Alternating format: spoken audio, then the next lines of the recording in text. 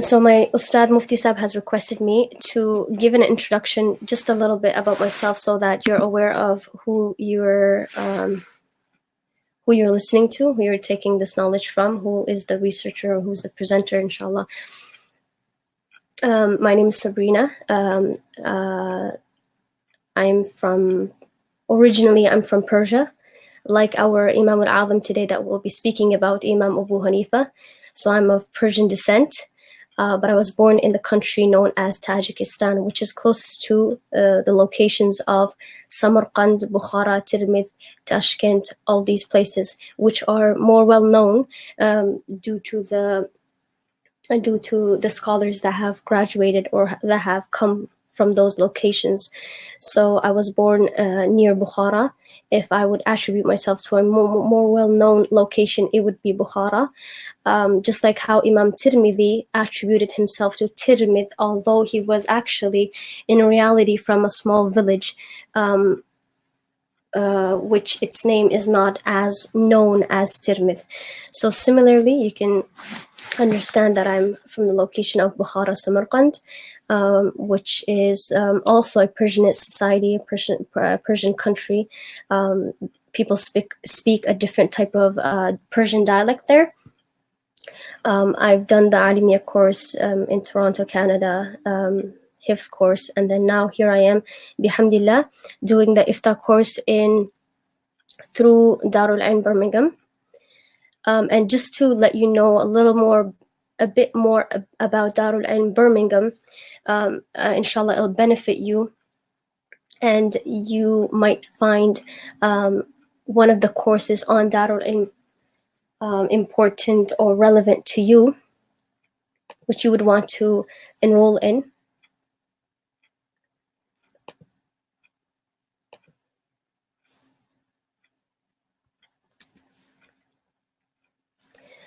If anyone knows how to fix the problem of not being able to hear, please do help the sister out. Unfortunately, I can't keep on answering, because then that will delay the course itself, and we're very tight on time. So that's who I am right now, doing Ifta course in Darul Ilm Birmingham. Now, Darul Ilm Birmingham, from the online courses that I know, I think is one of the most reputable ones that has a very strict curriculum, a high standard for the students, a high standard for the students. And it's such an online course that doesn't allow students to lack or to slip away with not completing work, not handing in their sabak set, etc., etc. So if you are looking into doing an online course, I would highly recommend Darul Ilm Birmingham. It has a variety of courses available, from the common Alimiyah course to Takhassus fil Hadith, Takhassus fil Tafsir, and fil Fiqh, which is the Ifta course, and even has Hifz and Mufti Tawsir, which is the leading scholar in this online program, who is my Ustad. He has a very unique and strict method of teaching. And I think if you really want to excel in a subject, you would have to find a teacher that really knows how to handle the different students and the different phases that they go through when they lack or when they don't. So this is Darul Ilm Birmingham, and this is what it has been. This program is hosted by Darul Ilm Birmingham as well. Please do keep them in your du'as. Now we're starting with this course known as the 4 Aimah course. And we're starting with Imam al-Azam, Imam Abu Hanifa. And it will continue for 4 weeks, Sunday the same time.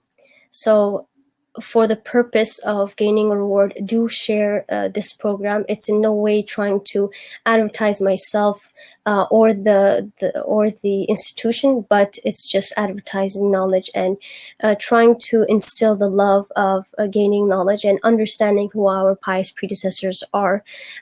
So do share it with people who you think would benefit, especially with seekers of knowledge, because knowing history and knowing our scholars is vital and crucial, especially for one who is a seeker of knowledge, and especially for one who who follows or who adheres to the school of thought, to the Hanafi school of thought, it will be very unfortunate if one, let me just make sure the other group is fine, if one calls himself Hanafi or adheres to the school of thought of the Hanafiya or of the other three, but unfortunately does not know who the founder or who the scholar behind or who the striver or hard worker behind this very madhab is.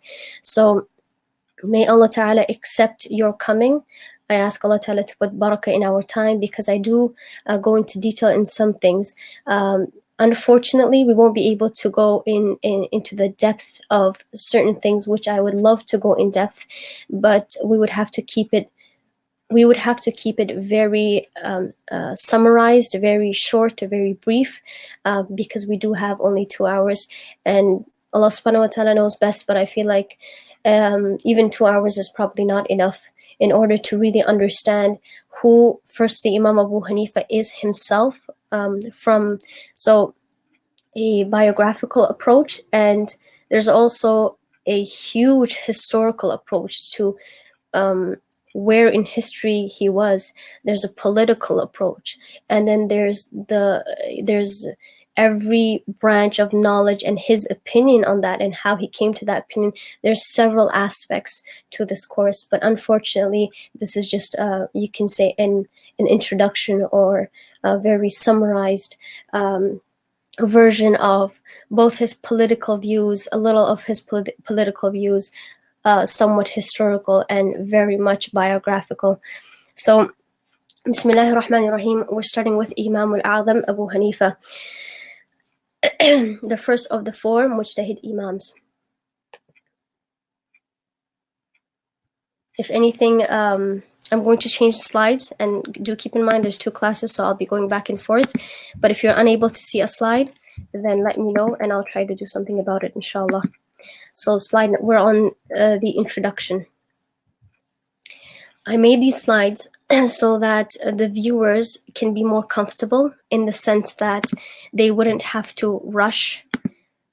Slave of Allah subhanahu wa ta'ala, you've raised your hand. Is there anything that's wrong? Inshallah, just type it out and we'll try to find a solution for it. If there's no urgent, if you have any questions, you don't really necessarily have to raise your hand. Obviously we're only in a virtual classroom, so you can always put your question down. I would recommend and I would kindly request that you don't go on having conversations. I will leave a lot of time for that, inshallah, towards the end, and we can have a friendly discussion and dialogue, obviously through text, and towards the end. And I'd like to hear what you've learned and your opinions on certain things too, inshallah. So we're on slide where it says introduction.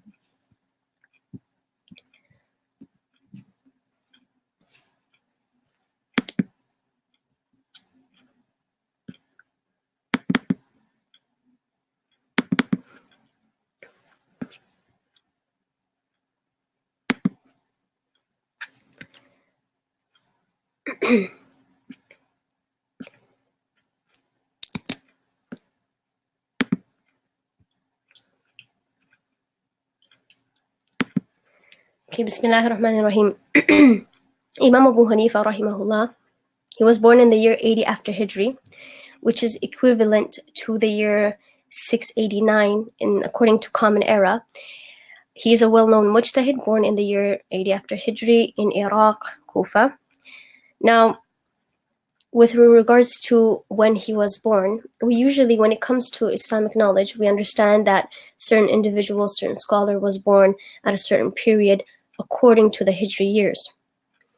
Now, it will also be beneficial if we understand what that year equals to or is corresponding to in the Gregorian calendar or according to Common Era, so that we can better understand it when it comes to a non-Islamic approach, so we can understand and be able to understand what is happening in the non-Islamic world according to the Common Era. For example, maybe many of us, while studying medieval times, we didn't know that that was the time in which Imam Abu Hanifa lived. And when kids, for example, in grade 4 or 5, when they learn about medieval times, we can also, what we can do is we can slip in a little of the Islamic history in it and be like, well, did you know that our Imam al-A'zam, Imam Abu Hanifa, lived in the medieval times as well? So it's beneficial to know the common eras. As we know, the medieval times started around the 550 common era. So knowing that Imam Abu Hanifa was born at 689 common era helps us understand that he was living in a society when it was the medieval times. And Nabi Sallallahu Alaihi Wasallam, according to common era, passed away at 632 common era. So if Nabi Sallallahu Alaihi Wasallam passed away at 632, more or less 632, Imam Abu Hanifa was born at 689. This shows us that they weren't even 100 years apart. They were around 60 to 70 years apart. He's known as, like I've been saying, Imam al-A'zam, and is the first of the four Mujtahid Imams and the only Tabi'i amongst them. We're on the second slide where it says introduction.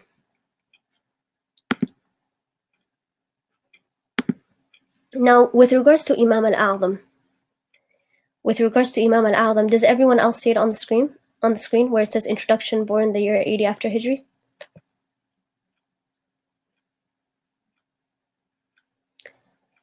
With the group in which Samina and Sahar Maryam is in, this group, I have opened this the PowerPoint, so you should be able to see it.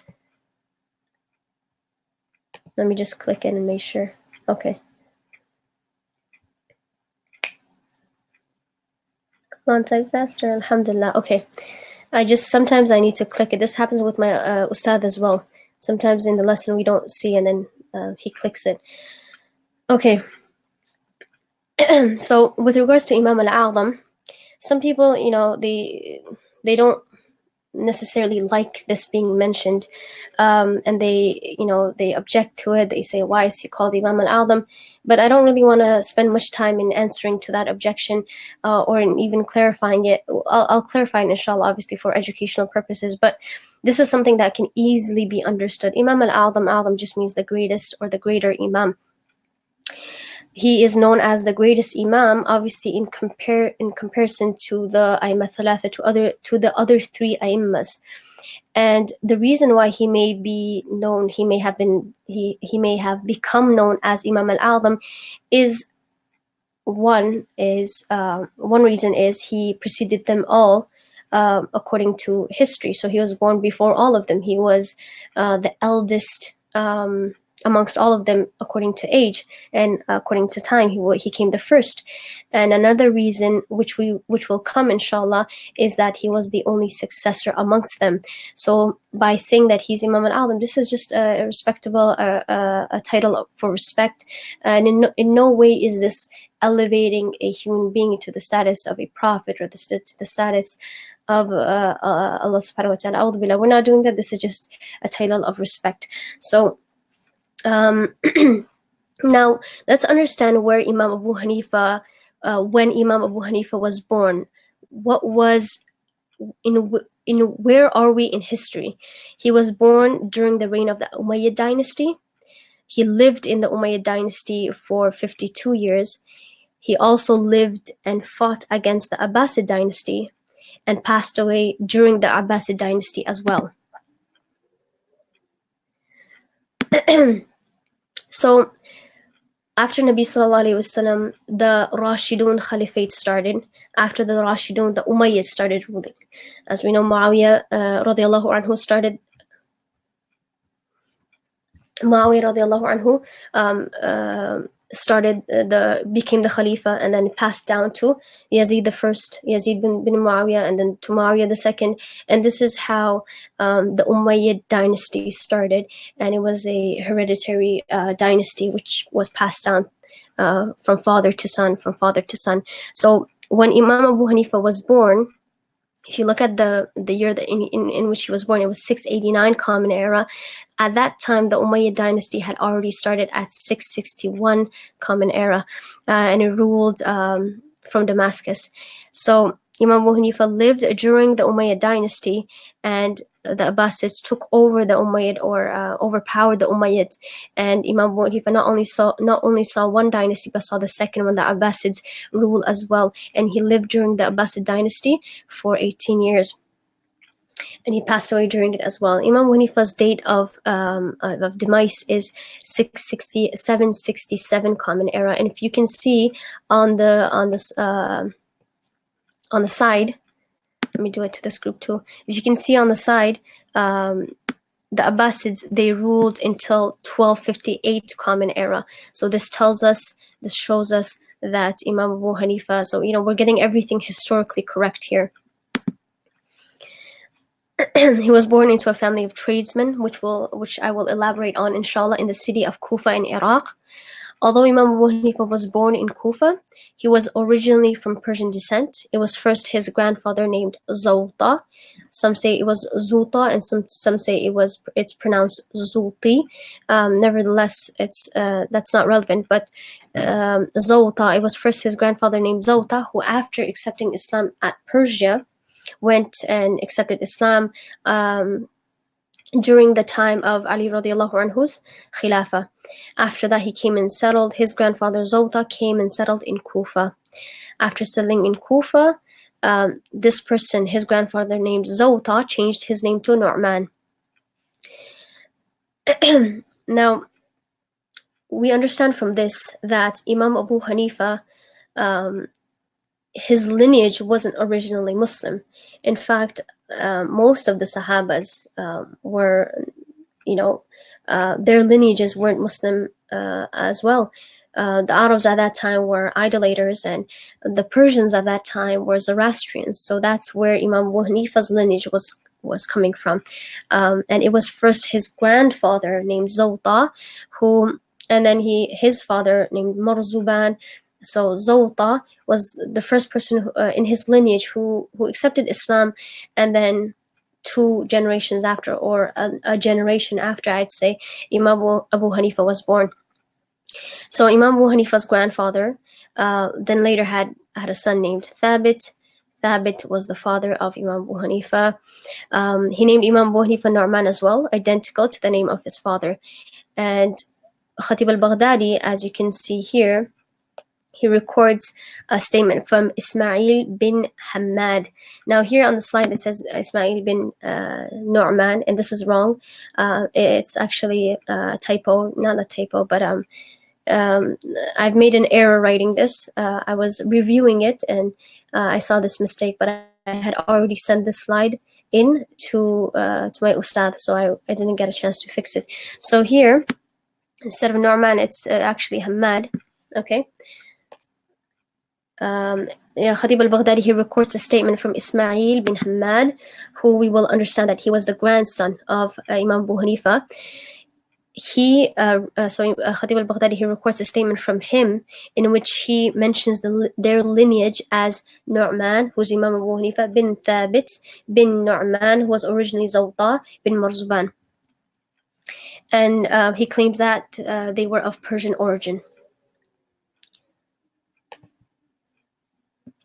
Now slide 3.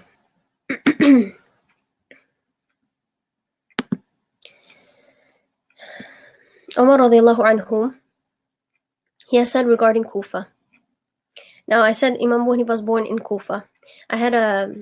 I added a map of Iraq, but unfortunately it didn't come in this slide. But you can always obviously search it up or have it beside you for better understanding. Umar radiallahu anhu, he has said regarding Kufa that it was the treasure house of Iman. The majority of the Mufassirin, Muhaddithin, the Fuqaha were based in Kufa. And the year in which Imam Abu Hanifa was born was the year in which many Sahaba were passing away. And some even say that the grandfather of Imam Abu Hanifa, who was Zawta al-Nu'man, he took him, in other words, Imam Abu Hanifa, to Ali radiallahu anhu and asked Ali radiallahu anhu to make dua for him. Now, when it comes to things like this, athars like this, statements like this, what tends to happen is there's more than one opinion. Some say, no, he didn't take Imam Abu Hanifa, he took Thabit. But nevertheless, whether this is true or not true, it does not degrade or it does not decrease in the virtue of Imam Abu Hanifa. If Ali radiallahu anhu has made dua for him or his father, then alhamdulillah, obviously that increases him in virtue. But if he hasn't, then does that in no way does it decrease or make him less credible. So now the kunya Abu Hanifa, as you can see on the board, the technonym Abu Hanifa.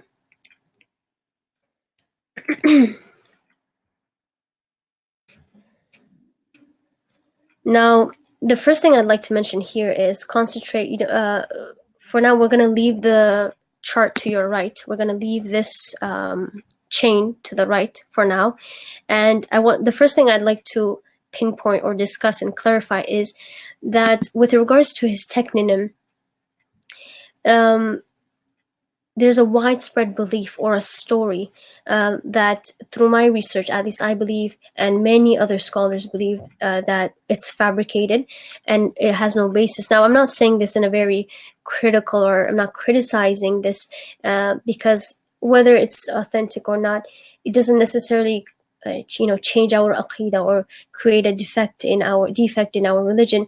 It's just something, if it's true, then alhamdulillah. If it's not, end of discussion. It doesn't need to be discussed, because there's much more relevant and significant and important things that need to be discussed, rather than what was or why he was named Abu Hanifa. But obviously, since this is an educational platform, then I'd like to clarify things that are that I did through my research, I did find to be authentic, and things that I didn't really find a basis to. Now, there's a widespread story that gets passed around that Imam Abu Hanifa, he had a daughter named Hanifa, and what happened was, one day Imam Abu Hanifa was asked regarding a specific issue which he had no answer to, and it was his daughter Hanifa that said, "Father, I will provide you with the answer, with the exception that you adopt my name Hanifa as your kunya, as your technonym." And it was Abu Hanifa, and Imam Abu Hanifa agreed, and hence after receiving the answer, he adopted her name as his kunya. But from my analyzation, what I find this to be is, I find it to be both ethically and textually wrong. Because ethically, why? If now, what is common and what is known to us is that the father is always superior than the son. The teacher is always superior in knowledge than the student. Imam Abu Hanifa was a well-known, renowned, scholar of that time. It doesn't make sense that if an issue was to be so simple that his daughter was able to come to the conclusion and come to the solution of it, then someone great as Imam Abu Hanifa wasn't able to figure it out. This does not make sense. It does not add up.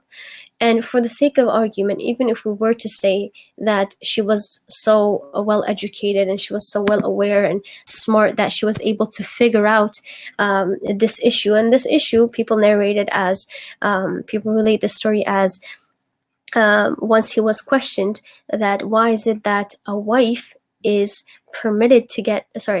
husband is permitted to marry 4 wives. He's allowed to get married to 4 wives, and a female isn't permitted to have 4 husbands. And he was stuck with this, and he was unable to find an answer. What my closest guess and is in this regard is that this story itself is true, but it has nothing to do with a girl asking. Yes, someone was asked regarding this question, and this is one of the answers, one of the reasons why a female can't get married. But someone somehow it got mixed up with the story of Abu Hanifa and his daughter. Now, his daughter said, well, I know the answer to this. I figured out the answer to this. It's very simple. She mixed the milk of 4 cows or something of that nature, something like that. And she said, separate them. Since one is unable to separate the 4 milks, she said, on a similar example, on a similar level, if a female gets married to 4 husbands, she will not be able to tell whose child she's carrying once she gets pregnant. And when a husband has 4 wives, he'll be able to know that whichever one of them gets pregnant, then it's only from him and his child. And after receiving this answer, Imam Abu Hanifa was delighted and happy and adopted her name as his kunya. But this is completely fabricated, completely doesn't make sense. It doesn't add up. Like I said, ethically, another reason that it ethically doesn't add up is we know that the wives and the daughters of our scholars were in the pinnacle of modesty, of haya, of respect, etc., etc. Even if she did know the answer, for the sake of argument, what is this attitude of, I'll tell you with one condition? I feel that if he did in fact have a daughter like this, who grew up in his upbringing through his tarbiyah, then she would be humble and she would be modest and she would have quietly, modestly told the answer, and Abu Hanifa would have had the answer. There wouldn't be any, I'll give you with the condition, so on and so forth. That seems like an attitude of people of present day, which is sad, but it doesn't add up with this story, and textually wrong, because I looked through several historical books, especially in Khatib al-Baghdadi's section of Imam Abu Hanifa and Tabiyyat al-Sahifa and other books, English and Arabic, and in none of them did they mention a daughter named Hanifa. I'm not necessarily saying that since I was unable to find it, this means that it's not authentic or it doesn't add up or it's not true. But what I'm saying is, since many scholars haven't mentioned it, if it was something so well known, I think that if Abu Hanifa's, if he got this kunya through his daughter, it would have been narrated more often that Abu Hanifa received his kunya through his daughter, etc. But it's actually it's just mentioned on some websites of the internet that clearly haven't gotten their sources right. But this is one thing I wanted to clarify.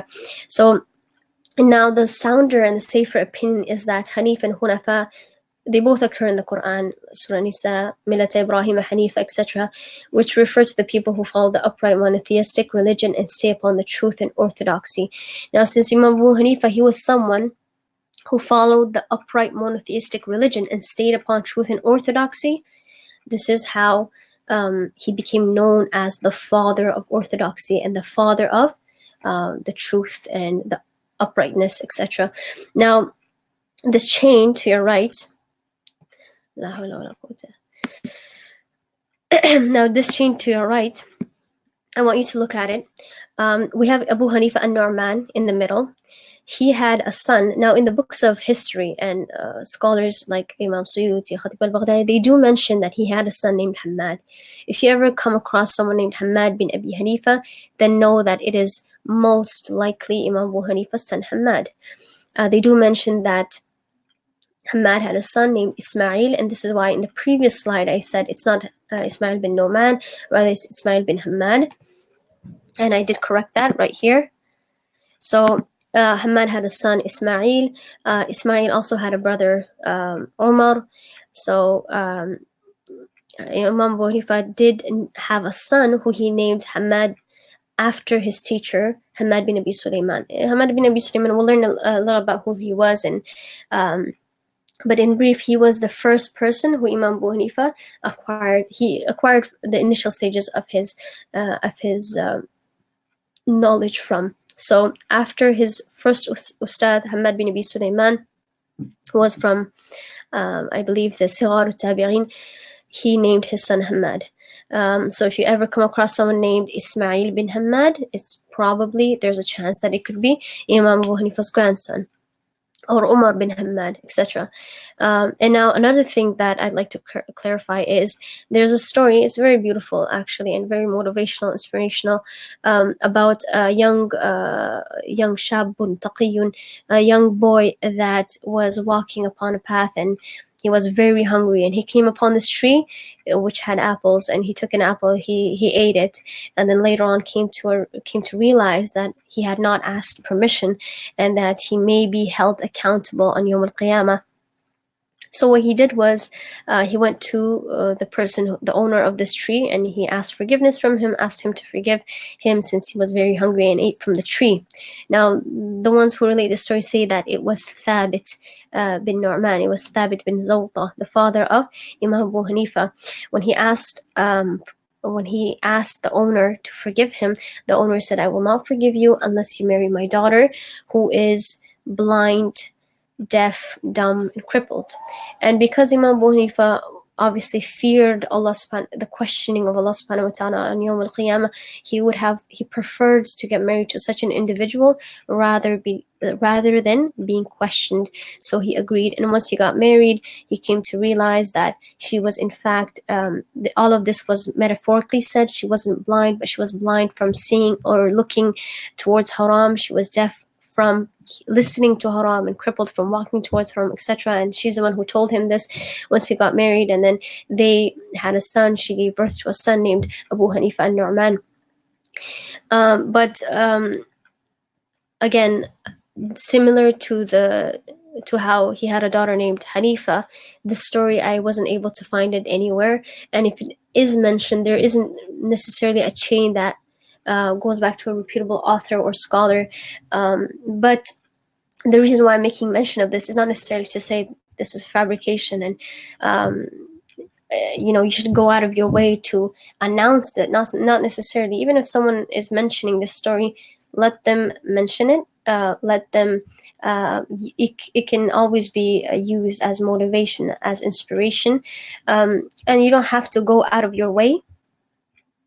You don't have to go out of your way to announce it to the public or to that gathering that this is fabricated, because wallahu alam, just because the absence of the chain does not necessarily mean that it is fabricated. Perhaps it was just from the beginning passed down as just a story, and was never recorded, or codified and recorded in a book format.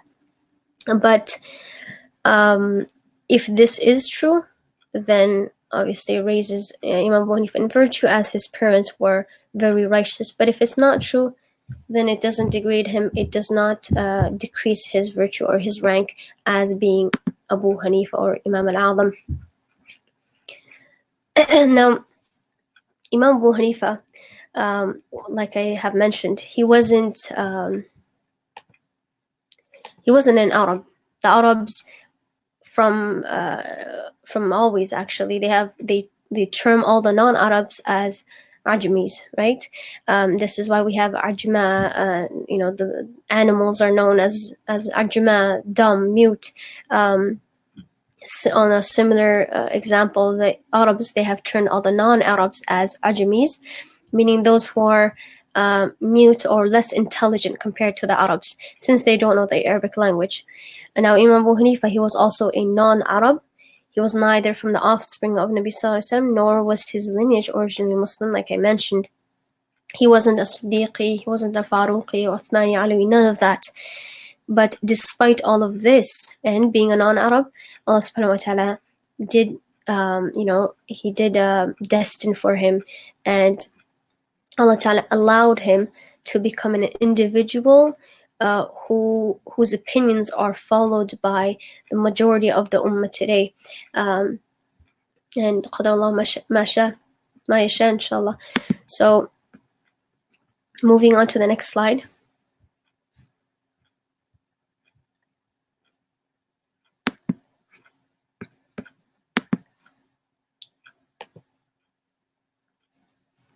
Now, his early years of learning. When it comes to Imam Abu Hanifa, in the beginning immersed in ilm al-kalam since he was young.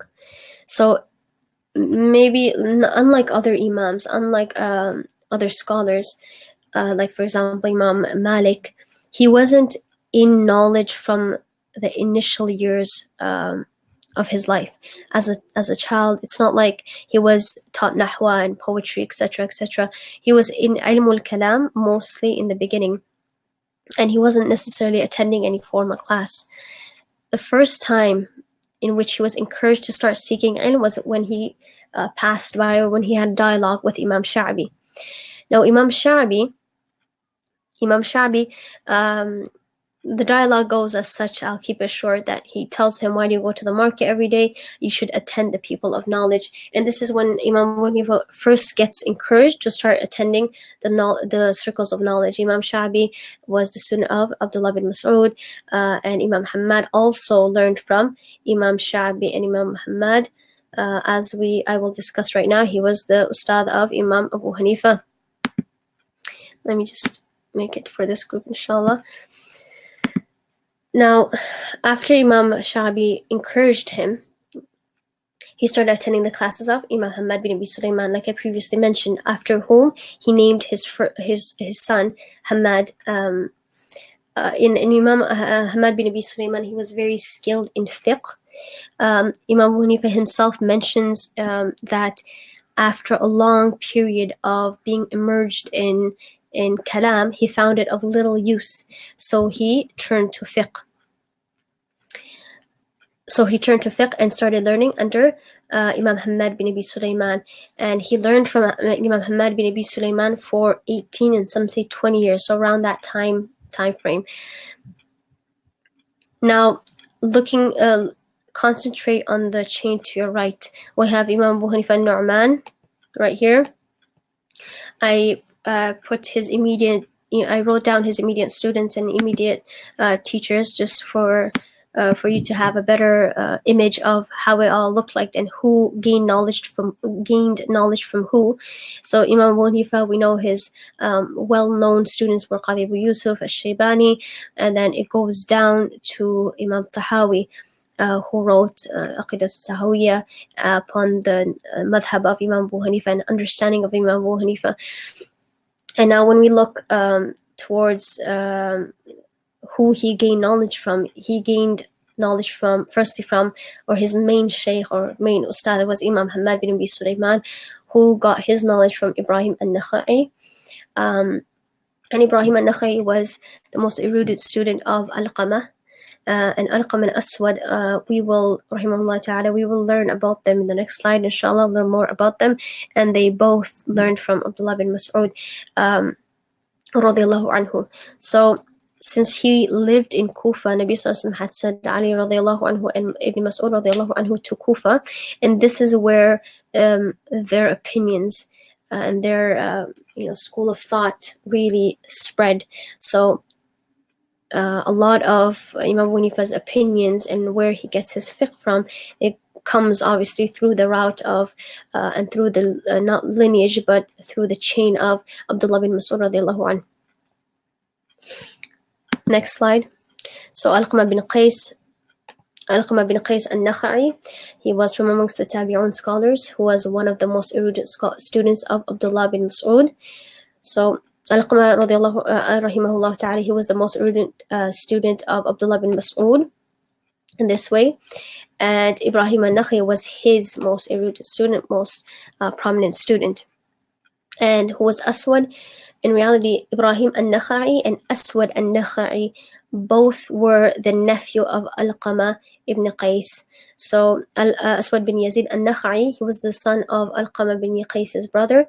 Ibrahim al-Nakha'i, he says, Aswad used to finish reciting the Quran in 2 nights during the month of Ramadan and in 6 days in other than Ramadan, and Alqamah used to finish it in 5 days. Now this is just to explain, or just to elaborate a little more on who they were. Now moving on to his teachers. Unfortunately, I had a little more written, but the slide doesn't contain it. It's fine, inshallah. So his teachers. Now, the first thing that I'd like to mention here is, unlike most scholars or how it works today, today I think is a different era, we're in a different, since we are in a different era, the way we seek knowledge and from whom we should seek knowledge is different compared to who the scholars sought their knowledge from. So, as a faqih, Imam Abu Hanifa, and as a tabi'i, Imam Abu Hanifa, his teachers were not of the same persuasion. Some were muhaddithun, some were fuqaha. He learned a lot of ilm al-kalam as well. And truth be told, some were not even Sunni, from the mainstream scholars or from the mainstream Muslims of the Ummah. And some use this to say that Imam Abu Hanifa was persuaded by wrong beliefs, and this is what caused him to have this belief or that belief. But I'll clarify that inshallah soon.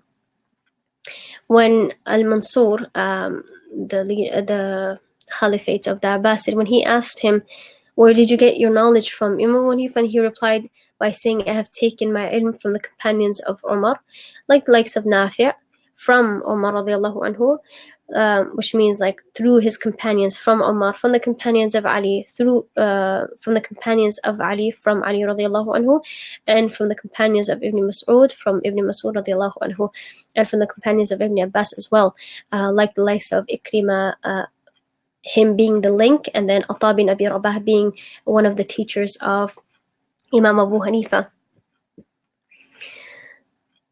So he traveled to Makkah. Now I will explain why he traveled to Makkah. It was actually to escape the torture, or to escape being imprisoned by the Umayyad Khalifa at that time. He went to Makkah to study, and he went to study. He went to Makkah for the sole purpose of studying as well. He traveled to Makkah and studied under Ata bin Abi Rabah. Under Ata bin Abi Rabah, who had met 200 Sahaba. This was mentioned by Ibn Hajar in his Tahzib. He also, now an interesting thing is, when he went to Ata bin Abi Rabah, Ata bin Abi Rabah said, "Who are you?" He said, "I am," Imam Abu Hanifa said to Ata bin Abi Rabah, "I am from the people of Kufa." Ata bin Abi Rabah said to him, "From those who have shredded or who have broken their deen into pieces." Now, the reason why he may have said this is because Kufa was a place in which there was a lot of racism as well. We know that generally Muslims believe that an Arab is no better than a non-Arab, but at that time the Umayyads were quite racist, and because of this, Imam Abu Hanifa at times was looked down upon. But other than being racist, there were a lot of sects in, with regards to fiqh, with regards to aqidah. There was Mu'tazila, there was Shia, both the extreme and the lenient, etc. So this is probably why he said this. And Imam Abu Hanifa replied in the affirmative. Then he said, "From which are you? From which group and which sect are you from?" Imam Abu Hanifa said, "From those that do not curse the Salaf or hold the Qadariyya belief, and do not consider a person a disbeliever on account of a wrong deed." When he said this, Ata bin Abi Rabah said, "You are correct, so you can stay." This is when he went to Makkah and met Ata bin Abi Rabah.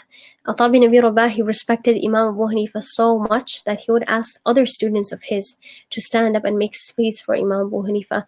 I think it was either Ata bin Abi Rabah or Hamad bin Abi Sulaiman that had love and attachment to that was Qadi Abu Yusuf and Imam Abu Hanifa.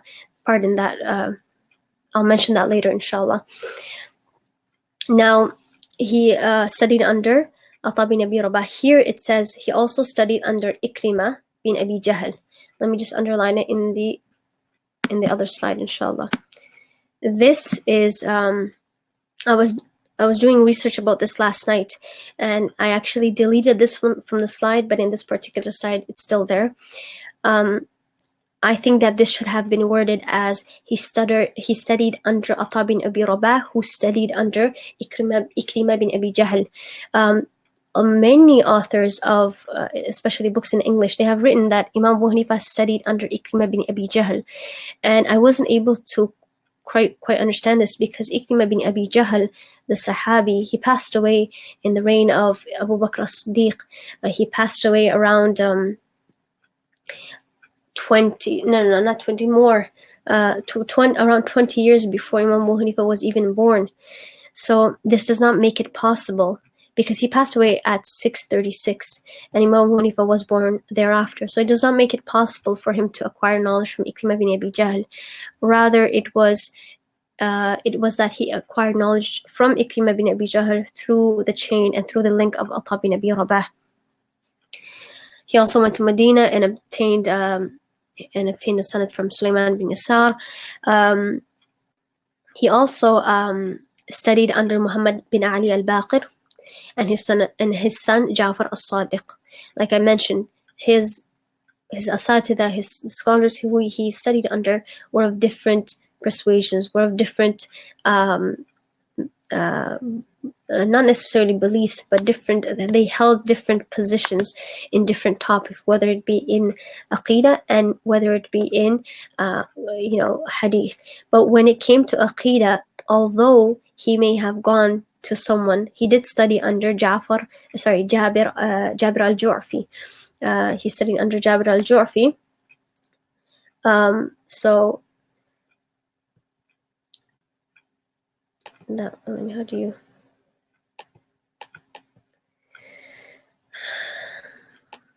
It's okay. He studied under Jabir al-Ju'fi, who was an extreme Shia. He was an extreme Shia who had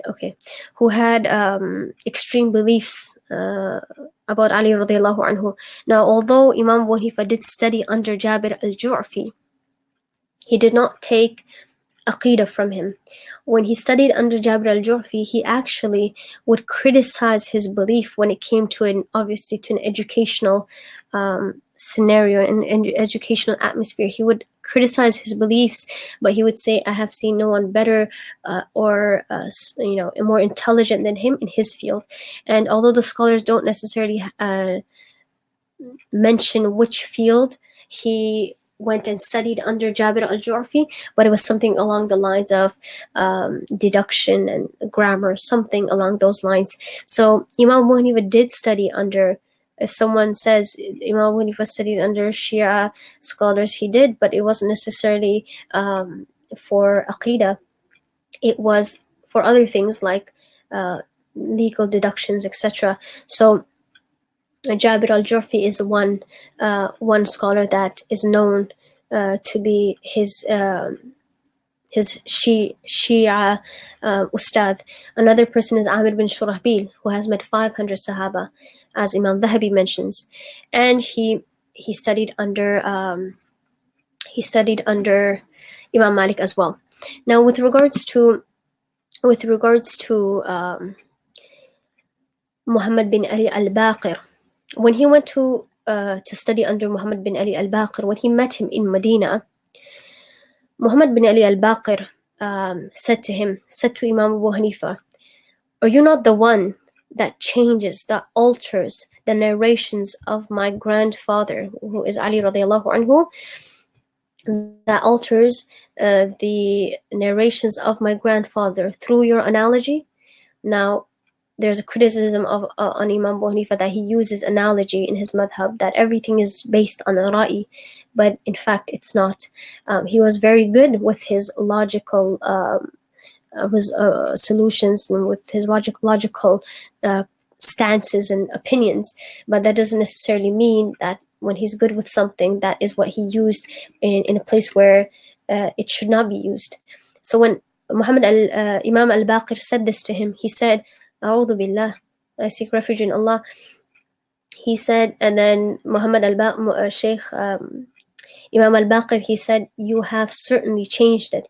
So Imam Abu Hanifa says to him, I will ask you 3 questions and you answer me, and I will prove to you, in a sense, or I will make you agree with me that I did not change the narrations of Ali radiallahu anhu. Because like I said, Ali radiallahu anhu and Ibn Mas'ud were sent to Kufa, where Imam Abu Hanifa was brought up and studied and sought his knowledge from. So he says the first question, Imam Abu Hanifa is asking Imam al-Baqir. He said, who is weaker, a man or a woman? Imam al-Baqir said, a woman. In the sense that we're weaker according to ibadah. We have, menstrual cycles, and everyone knows that. I don't want to go to that discussion. But he said a woman. He said, but who receives more, a man or a woman? He said, a man. So he said, if I had used my analogy, then I would have said that because a woman is weaker, she should receive more inheritance, and because a man is stronger, he should receive less inheritance. But it's the other way around.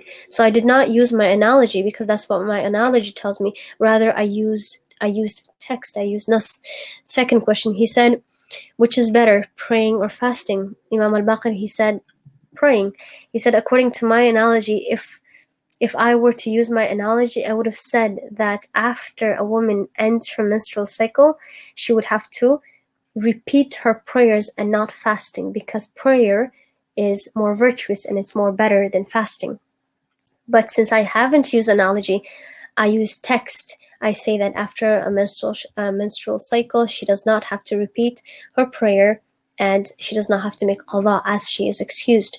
And the third question is, he asked, Imam Abu Hanifa asked Imam al-Baqir, which is more impure, urine or sperm? And he said, urine. He said, if I had used my analogy, I would have said that urine, after urinating, one would have to make ghusl, and after, sperm, one would have to make wudu. But because I did not use my analogy, I say the other way, because the text says otherwise. So after relating, or after questioning him thrice, Imam al-Baqir was delighted and hugged him and understood and agreed that he has indeed not changed, and he is indeed not a person of ra'i. He does not use his intellect when it comes to juridical, when it comes to fatawa, or when it comes to fiqhi, opinions. Rather, he uses text and he uses nas. He also studied under Imam Malik. Now, this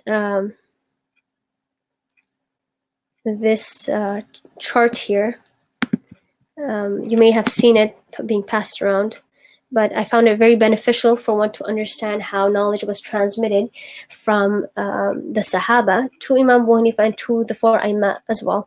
I'm going to have this in every session so that we can refer back to it and better understand. Now, for today's session, we have Imam Abu Hanifa getting his knowledge, residing in Kufa. Like I said, Ali and Ibn Mas'ud were sent to Kufa. Ibn Mas'ud's most erudite student was Alqamah, rahimahullah ta'ala, and then his nephew was his most prominent student, Ibrahim al-Nakha'i. Ibrahim al-Nakha'i taught Hamad bin Abi Sulaiman. Hamad bin Abi Sulaiman was the most prominent teacher of Abu Hanifa and Nu'man. Imam Abu Hanifa's two main students, as-Sahibain, right here. Sorry, I'm like way up in the other computer. So we have Qadi Abu Yusuf here, and then Imam Muhammad here. And then we have the next Imam Shafi'i, taking and learning from Imam Abu Hanifa's student, Muhammad al-Hasan, right here. And a mention of Imam Abu Hanifa's statement, Imam Shafi'i's statement will inshallah come, that he would use the books of Imam Shaybani, which was obviously a collection and a compilation of the opinions of Imam Abu Hanifa. And Imam Abu Hanifa also learned from Malik bin Anas, rahimahullah ta'ala. And Malik bin Anas also learned from Muhammad bin Hassan al-Shaybani. We know that it's well known that Imam Shafi was a student of Imam Malik and Imam Ahmad was a student of Imam Shafi. But this is, and then these are the 7 scholars from Imam Abu Hanifa had a chain from Sulaiman bin Yasar. Okay, next slide.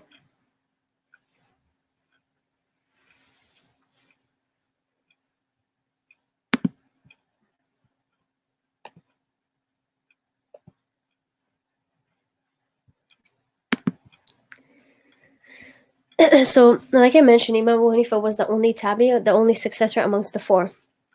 The year 80 after Hijri was the year in which many Sahaba were passing away. The last Sahabi to live is known to be Anas bin Malik radiallahu anhu, who passed away in the year 93 after Hijri. But as I was taught, and as other scholars mentioned, it was Abu Tufail, who passed away in the year, some say 102, some say 103, some say 110 or otherwise, but it was no longer than 110. So he passed away in the year, let's just say 100 after Hijri. And this is in accordance to a hadith that Nabi Sallallahu Alaihi Wasallam says, closest to the meaning that the people of this time, which meant that his Sahaba will not be present after the elapse of 100 years. So Imam Abu Hanifa was born in that time. When he was born, there were still many Sahabas alive. Ibn Asakir, he quotes a narration in Tadhkira Madinati Dimashq, in which he says that the last one to die from the companions of Allah Ta'ala's Messenger on the face of the earth is Amir Abu Tufail bin Wathila. And Amir Abu Tufail al-Wathila, he used to say that no one is left on the face of the earth who can say, I saw Nabi Sallallahu Alaihi Wasallam except I. And he died in 100 Hijri or thereafter. Some are of the opinion that Imam Abu Hanifa had met a group of the Sahaba, like for example, one Sheikh Abdul Samad Tabri al-Muqri al-Shafi, he says that Imam Abu Hanifa has said that I have met 7 companions of Rasulullah sallallahu alaihi wasallam, and they are Anas bin Malik, Abdullah bin al-Juzaydi, Jabir bin Abdullah, Maqal bin Yasar, Wathila bin Asqa. Probably Wathila bin Asqa was the father of Abu Tufail bin Wathila. Aisha bint Umar and Abdullah bin Unais radiallahu ta'ala anhum ajma'in. Now this is a quotation from Imam Hanifa himself. So we have this, and we have other narrations of similar nature. But on the other hand, so some scholars say he had indeed met a group of the Sahaba.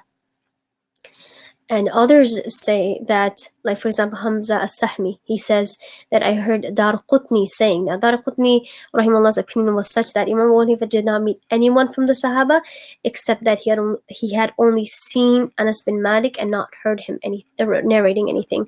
Now to reconcile, or a moderate opinion would be of Ibn Hajar, rahimahullah ta'ala, that he says Imam Abu Hanifa lived at the time of a group of the Sahaba, as he was born in Kufa in the year 80 after Hijri. And at that time, Abdullah bin Abi Awfa resided therein in Kufa, and he died in Kufa after the year 80 after Hijri by agreement. And in Basra, where Imam Hamad bin Abi Sulaiman was, he was known as Mufti al-Basra, Hamad bin Abi Sulaiman. In Basra at that time, Anas bin Malik was alive, and he died in the year 90, 10 years or 13 years thereafter. So and along with this, Imam Abu Hanifa has numerous narrations that reach a companion of Rasulullah sallallahu alaihi wasallam. However, the problem is that the chains are not free from weakness. But because there's so many chains, although they are weak, it proves that there is imkanu liqa, like there's a possibility of him meeting the Sahaba, since he has numerous narrations in which he narrates from a Sahabi. The majority of the scholars are of the opinion that by seeing a Sahabi alone, a person will be considered a tabi'i, and it's not necessary for him to spend a long time with him and have discussions with him, etc. Now, based on the majority's opinion, he would be considered a tabi'i, since he had seen many Sahaba radiallahu ta'ala anhum.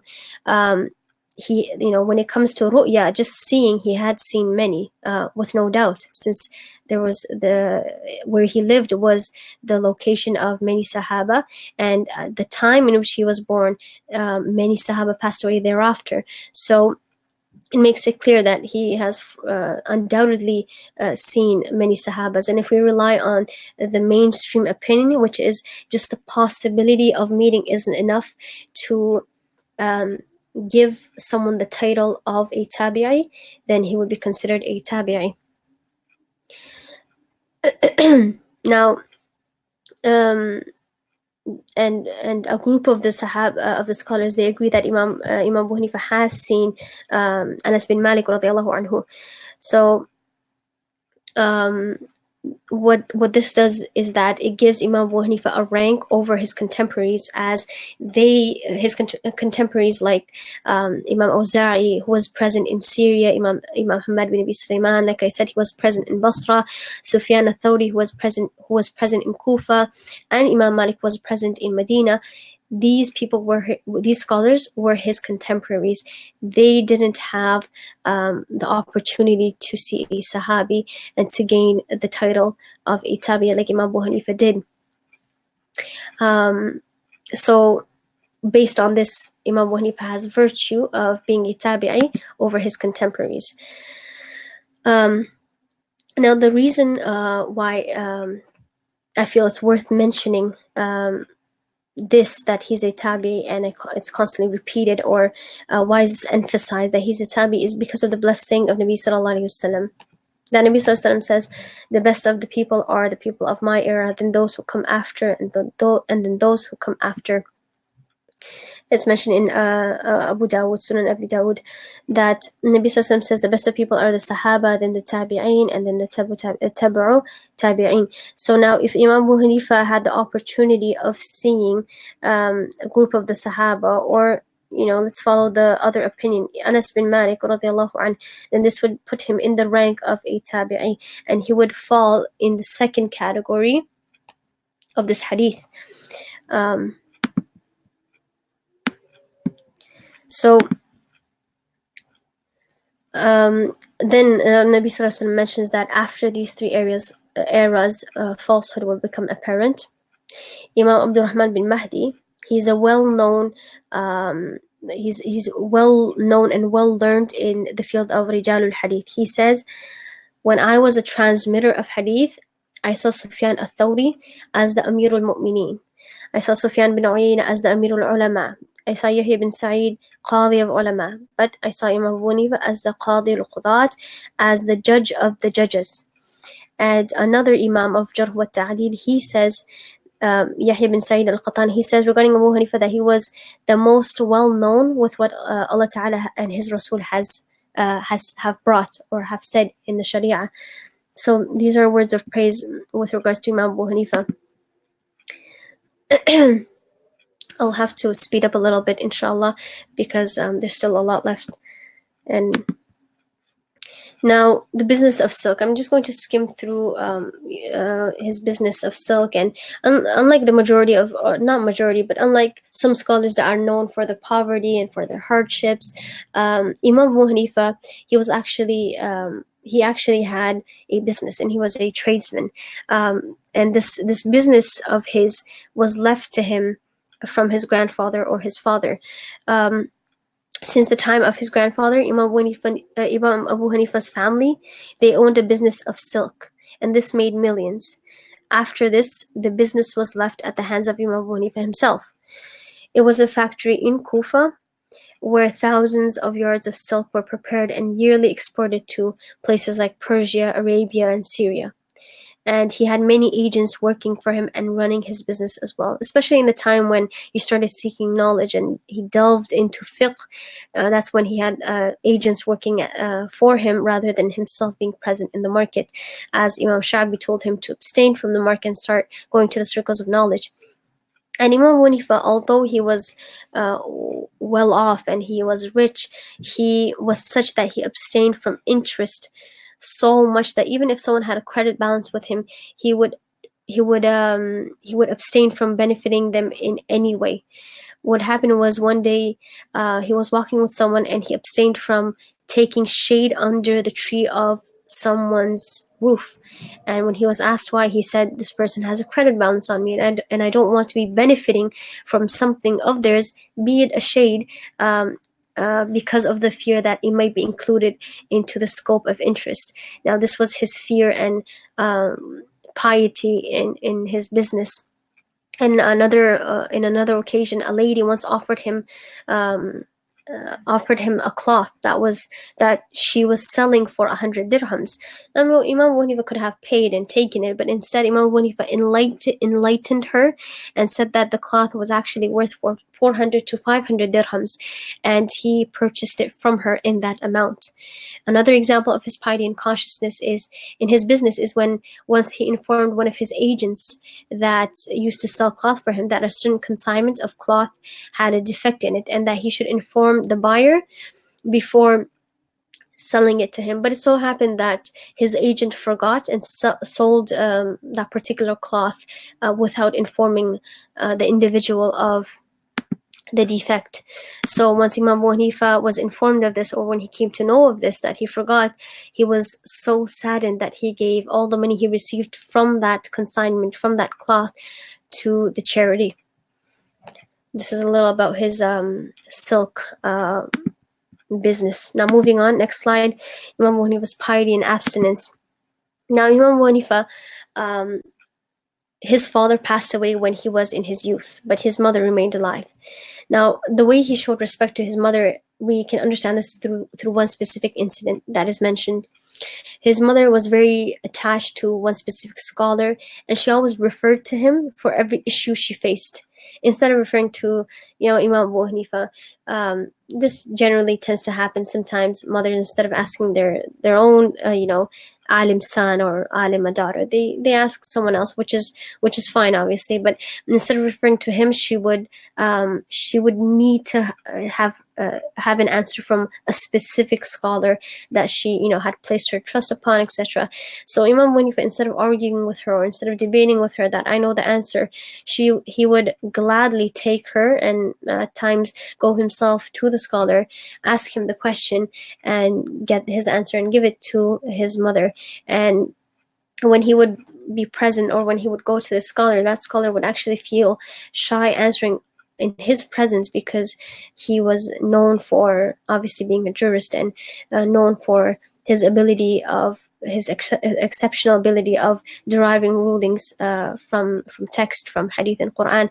So, and at times if the scholar happened to not know the answer and would request him to come later or tell him that he doesn't know, Imam Abu Hanifa himself would enlighten him upon the answer, what the answer is, ask him to repeat it, and then take the answer to his mother, which in reality was his own answer, but he would say the scholar said so and so because he had repeated his answer.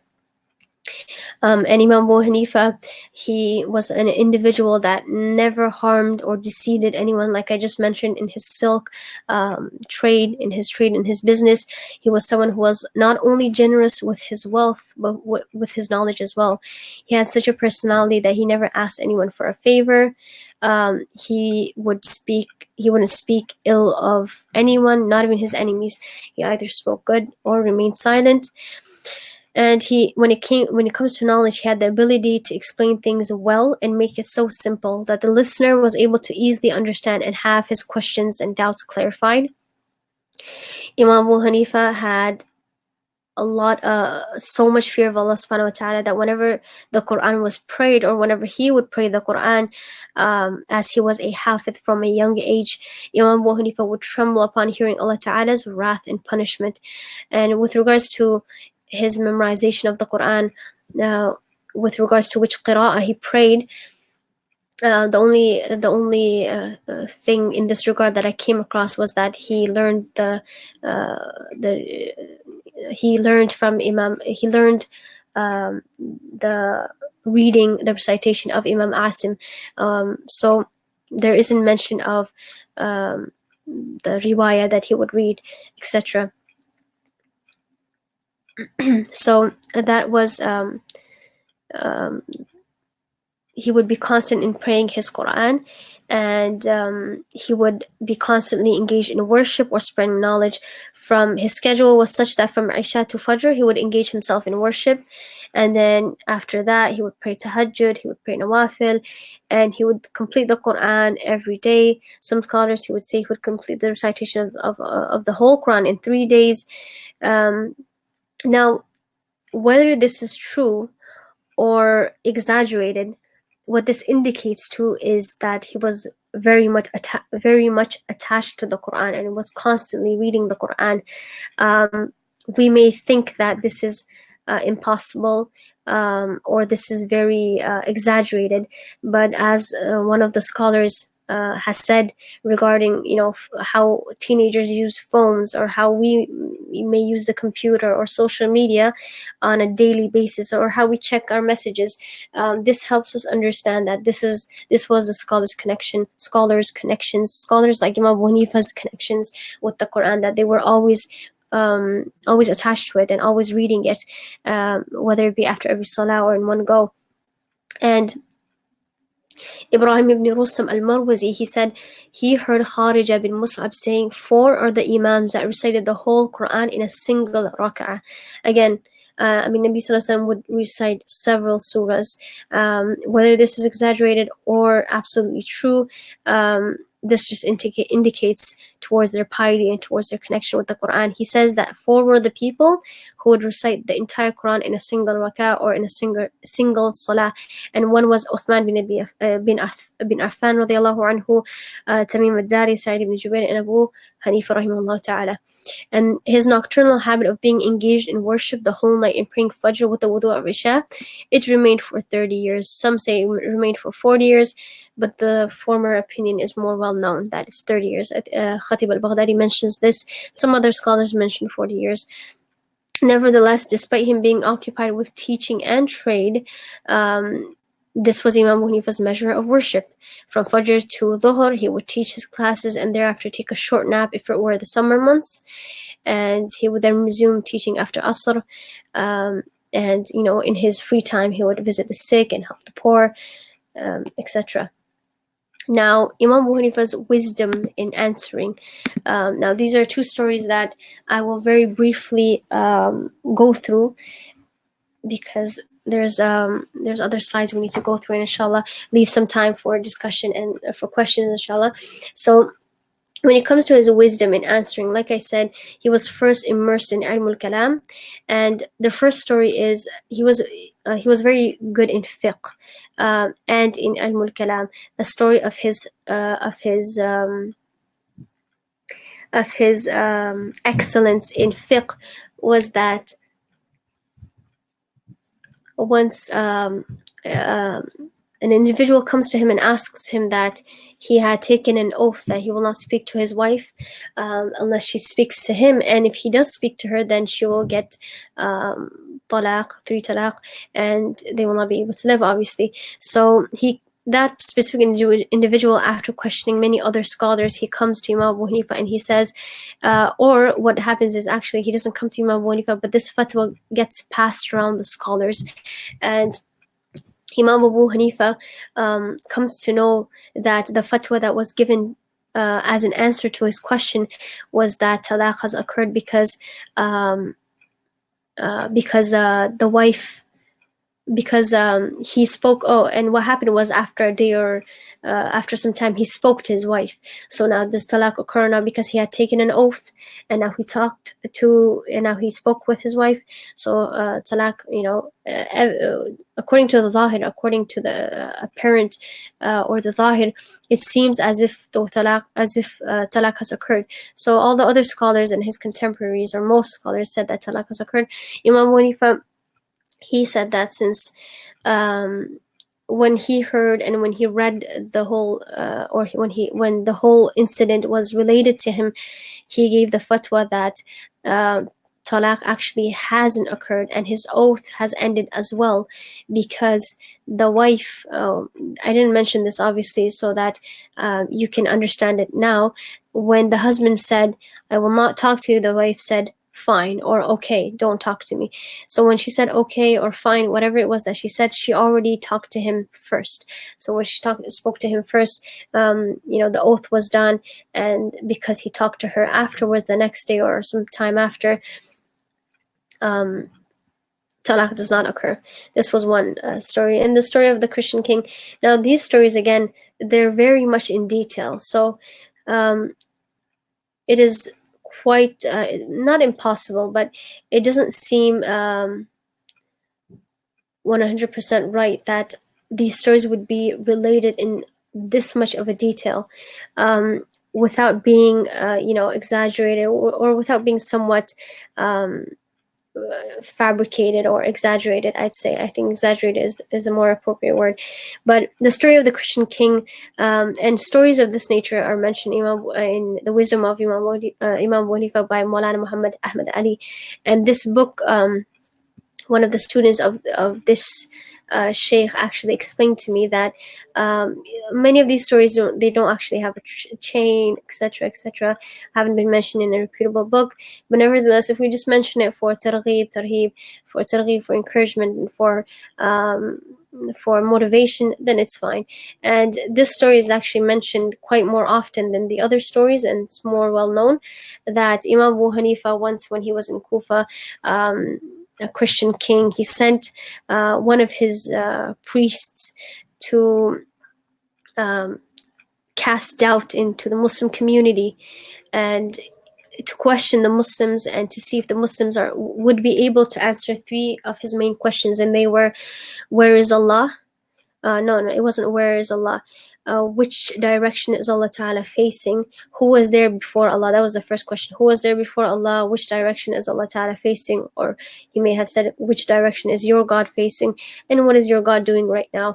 Now, we understand, perhaps many of you are students of knowledge, that these types of questions and answers require a time and a specific educational atmosphere to be discussed within detail, not just everywhere, especially not on places like the internet or just in the market where this was done, where this priest came and questioned the public. Now, obviously, the public is less aware of such questions and such and the answers of questions of this nature.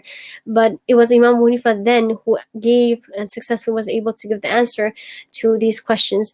And like I mentioned, since he was very much he was strong in his ilm al-kalam, he was able to give answers that did not obviously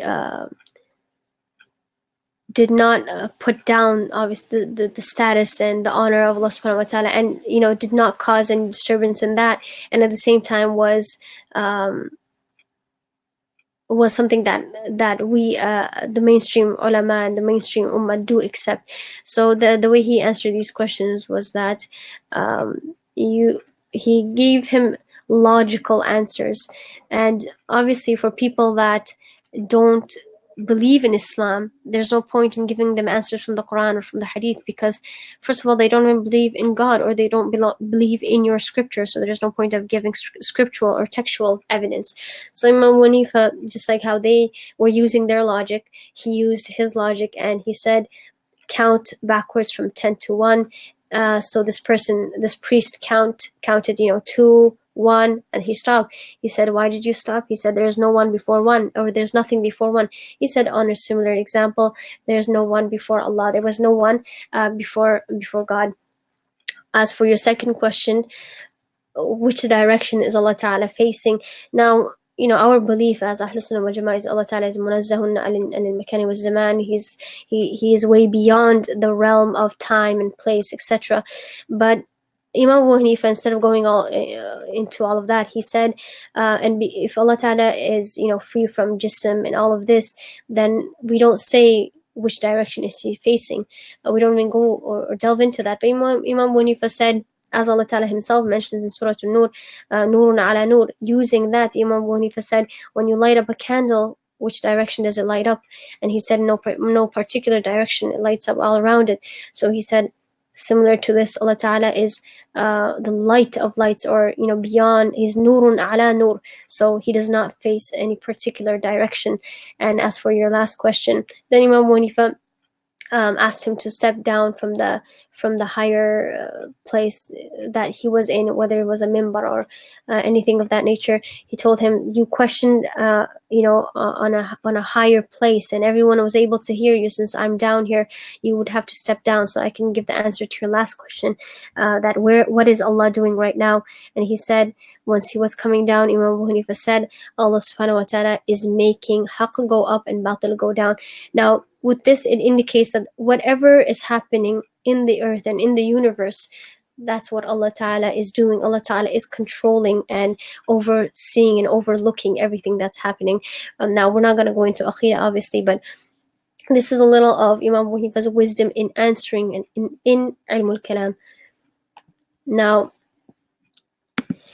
the more important topic is his students, and who he gave his knowledge to. Now, from amongst his students, Imam Abu Yusuf and Imam Muhammad bin Hassan al-Shaybani were amongst his most distinguished students. Imam Abu Yusuf later went on to becoming the supreme Qadi for the Abbasid Caliphate. The first student of his is Qadi Abu Yusuf, whose name is Yaqub bin Ibrahim al-Ansari. Abu Yusuf, he first acquired the knowledge of hadith from Ibn Abi Layla, and thereafter stuck firm with the gatherings of Imam Abu Hanifa. He stayed and learned from Imam Abu Hanifa for 17 years. And he also acquired his knowledge of hadith from Hashim bin Urwa and Abu Ishaq.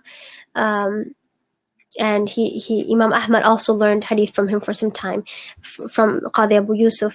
And people say about Qadi Abu Yusuf that he would offer 200 rak'ahs of nawafil and was constantly fasting. Now, this was his measure of worship and piety. And in another location, in another book, I read that he was the first to be named Qadi al-Qudat. Whether this is true or not, how authentic it is, it's not relevant, but it seems to be true, as that was the initial stages of Islam. That was the beginning days of when Islam and when fiqh was being codified and put into books. So he was the Qadi al-Qudat in Islam, in fiqh. And a story about his piety and about how attached he was with the gathering of Imam Abu Hanifa is when he was in the gathering of Imam Abu Hanifa studying knowledge, when he was informed that his son had passed away, and instead of going or crying and this and that, he stayed in the gathering of Imam Abu Hanifa, stayed seeking knowledge, and he told the one who had informed him to inform his family so that they can prepare for the burial, etc. But he did not leave the dars, so he gave preference to his teacher's dars over his son's death. Another of his students is Imam Muhammad bin al-Hasan bin Farqad al-Shaybani. He acquired his knowledge of fiqh from Imam Abu Hanifa, and thereafter completed it from Qadi Abu Yusuf and Imam Malik, because Imam Abu Hanifa passed away when Imam Muhammad was 18, so he didn't spend a long time seeking knowledge with him. And he himself says that I have stayed with Imam Malik for 3 years and heard 700 hadith from him. On another occasion, he said, my father left me inheritance of 30,000 dirhams, and I used 15,000 for nahu and poetry, and the other 15,000 for the knowledge of fiqh.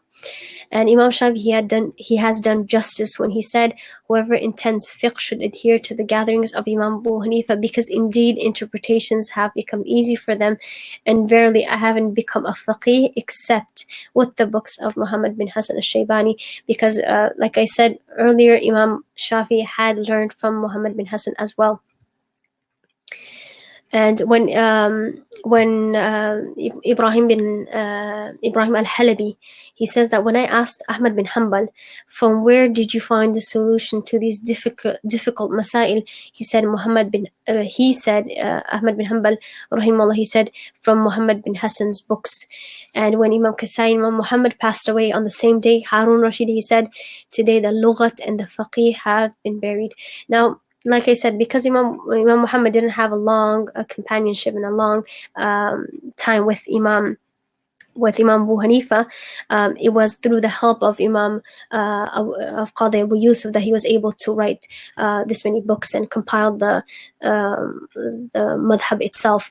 And when Imam Muhammad was asked, why don't you sleep? He said, how can I sleep when everyone else sleeps soundly after placing their trust upon me?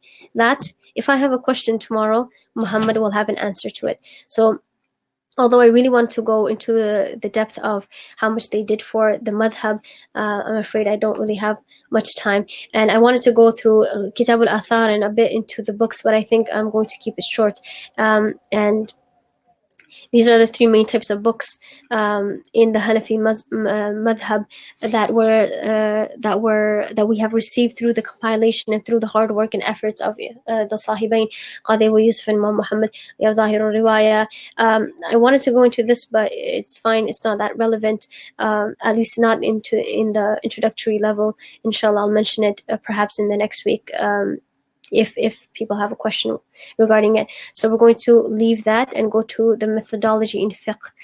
Or actually, we didn't finish his students. We have Imam Zufar.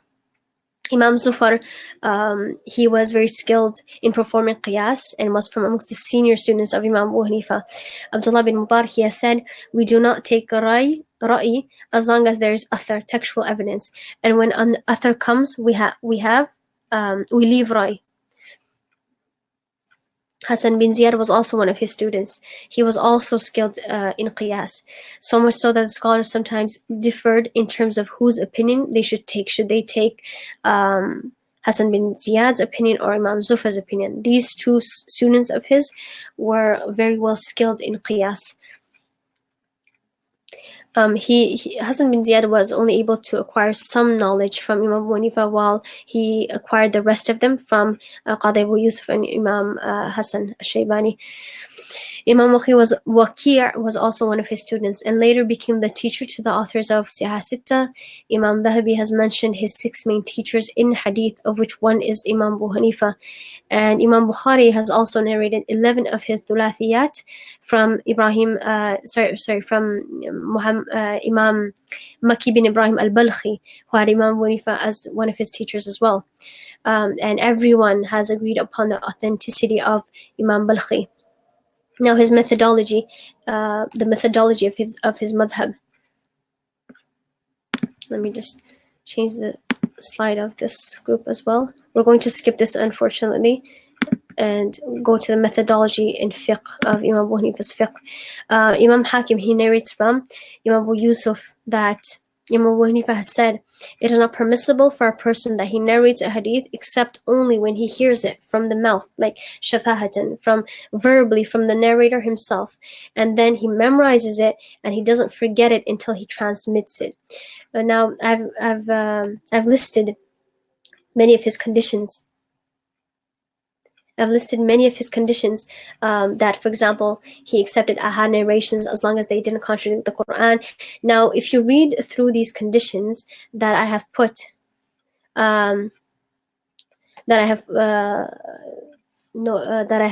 listed down here, you would understand that in no way is the accusation upon him, that in no way is it true that Imam Abu Hanifa used just his analogy and just his ra'i.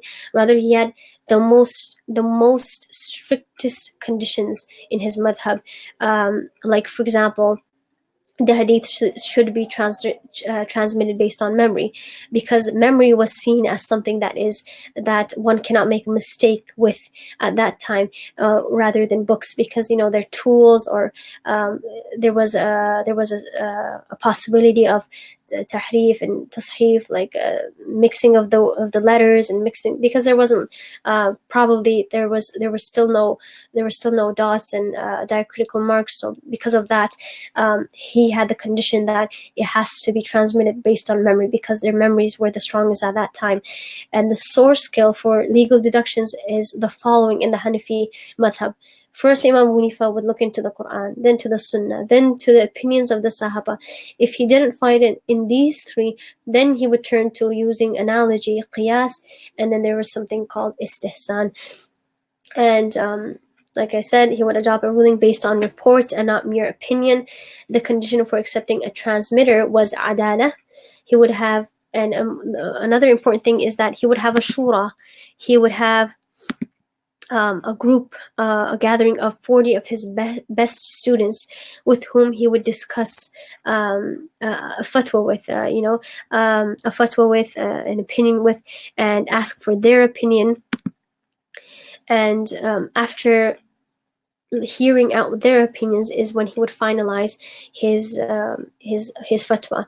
And according to Imam Suyuti, he says that his madhab, or his criteria in his madhab was very strict.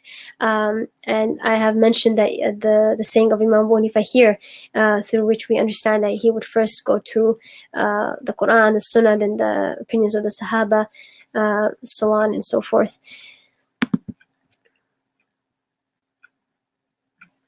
And this is the reason why Imam Abu Hanifa didn't narrate much hadith compared to his contemporaries.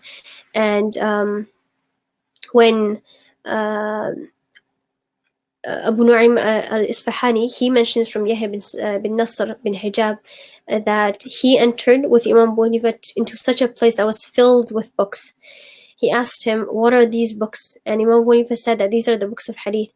I have only narrated a small portion from them, from which there is benefit. And Ibn Abidin, he said, when something would occur that would need a ruling, Imam Abu Hanifa would do mashwara with them, with his shura, with his 40 best students, ask for their opinions, etc. And then he would come to a conclusion. And then with regards to the widespread statement of Imam Abu Hanifa, that he has said, and he probably indeed has said, that when a hadith is authentic, it is my madhab, it is my position. This is a whole topic within itself, but just to clarify this, what I'd like to say, a quick summary of what I'd like to say is that when he said this, it was not directed to you and I. It was not directed to the general masses. Rather, this was said to Ashabu Takhrij and Ashabu Takhrij and his students, and not necessarily the general masses. So to say that when I find, or when you find on the internet or somewhere, a hadith that is more authentic than his, or seems more authentic than his opinion, it doesn't mean that we should leave the madhab. Rather, Imam Abu Hanifa, before being a faqih, one should be a muhaddith, or one has to be a muhaddith, because no way can you be a faqih and extract rulings when you don't know a hadith. So he was a muhaddith prior to everything. Now, Abu Hurairah radiallahu anhu mentions that Nabi sallallahu alaihi wasallam has said, if the deen were at the pleats, even then a person from Persia would have taken hold of it, or amongst the Persian descent would have surely found it. Now, the likes of Imam Bukhari, Imam Muslim, when they mention this hadith in their, in the Sun, in their Sahih, or Alimah Sabrina in his collection, or in his books, Muhaddith Shah Waliullah or Imam Misar bin Qudam, when they mentioned this hadith, they had the opinion that this hadith would surely refer to the likes, or Imam Abu Hanifa himself, or the likes of him, because Imam Abu Hanifa was of Persian descent, and it was he was the first one who, not necessarily the first, but he was the first main one that whose madhab was codified and kept up until it has reached us in this time.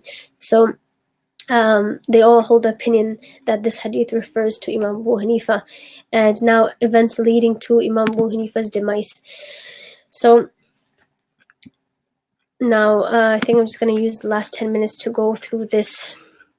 Now, Imam Abu Hanifa, like I said, he lived in the Umayyad dynasty. After the Khilafah of Abdul Aziz, rahimahullah, when the Umayyad dynasty started, and Hisham bin Abdul Malik being one of the most oppressive rulers of that time, so much so that no one even imagined fighting against him. Imam Zayd, he was from the descendants of Imam Ali, of Ali radiallahu anhu. He stood up against him for jihad, and although the people of Kufa helped him, he was at last martyred. At that time, the governor of Kufa was Amr bin Hubayra. And when it was known that Imam Abu Hanifa was secretly helping or funding Imam Zayd, they captured Imam Abu Hanifa, and this was the first time that Imam Abu Hanifa was captured. After being captured, he was thrown in jail, and he was presented with a lot of fame and fortune and status, but when he realized that Imam Hanifa will not accept, because Imam Hanifa knew that if he were to accept, then he would be forced into issuing fatwa or passing judgments that would be against Allah Ta'ala's Sharia, and it would be in accordance to the desire of the Khalifa who was oppressive at that time. So Imam Hanifa, when he was freed, when they saw that he's not accepting, they freed him. And Imam Hanifa, it was then that he traveled towards the Haramain, and he went and he acquired knowledge from Mecca, and he learned there for around 9 to 10 years. And when the Umayyad dynasty came to an end, Imam Hanifa stayed in Mecca until the establishment of the Abbasids in 750 Common Era. And the head of the Abbasid monarch, Abu Ja'far al-Mansur, he exerted pressure on Imam Hanifa to accept the post of chief judge of the state. But Imam Hanifa, he declined the Umayyad Khalifa's offer. He declined his offer, and he, used an excuse saying he was unworthy of the position. But in reality, Imam Hanifa was against the system of the government and the way in which the Abbasids came into power. In the beginning of their Khilafah, Imam Hanifa was actually pleased with the Abbasids, because the Abbasids, the Umayyads, they would oppress the family of Nabi Sallallahu Alaihi Wasallam. Like, for example, we have the tyrant Yazid bin Muawiyah, who martyred our beloved Hussein bin Ali radiallahu anhu. So Imam Hanifa was very angered with the Umayyad dynasty, and when the Abbasids came, they had much more respect towards the household of Nabi Sallallahu Alaihi Wasallam. So he was pleased with the Abbasids in the beginning, but when he started realizing that they are also oppressive, then he didn't want to collaborate with their corrupt, so he would make an excuse. And the first person to launch a campaign against the system of government was Imam Muhammad bin Abdullah, and then he was martyred, and then his eldest son, Ibrahim bin Muhammad, he continued the campaign. And Imam Hanifa, he openly assisted him and would encourage him to keep the task as well, but he was also martyred as well. And this, since Imam Hanifa refused, this refusal of Imam Hanifa, this angered the Khalifa. So he had Imam Hanifa arrested, locked in prison, and tortured. Imam Hanifa in prison, he suffered many hardships. Mansur was actually, he had a lot of love for Imam Hanifa in the beginning, and they had good times in the beginning, and had a lot of conversations, and were sat together for quite a while too, in the initial stages of the dynasty. But now Mansur ordered that his food and water be cut down. Every day he would be bought outside and lashed in the market, and told to accept the position. But Imam Hanifa, he did not, and after 10 days of torture, he made dua, and Allah Ta'ala rose him from this temporary world after around 5 days of his dua. Some say that he was given a cup and told to drink it, but he refused. He said that, I don't know what is in it, and I will not assist in killing myself. So he was forced down, and the poison was forced down his throat, and thereafter he passed away. They say this was done in the presence of Mansur. Some say that he wasn't lashed, because Mansur didn't want to seem as an oppressor, so he just forced him to take poison.